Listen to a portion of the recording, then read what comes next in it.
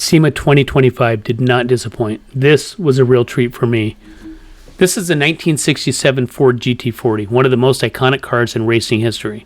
It was built to challenge Ferrari. The GT40 famously dominated Le Mans, winning 4 consecutive years from 1966 to 1969. Its victories weren't just about speed.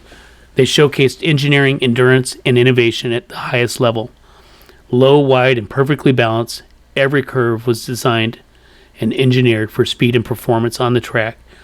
This design isn't just beautiful, it's functional, created to cut through the air and stay planted at high speeds. Inside, it's all driver focused, minimalist and precise, a true racing cockpit that puts you in complete control of the car. Under the hood, a 4.7 liter V8 delivers raw power, engineered to endure 24 hours of racing at Le Mans.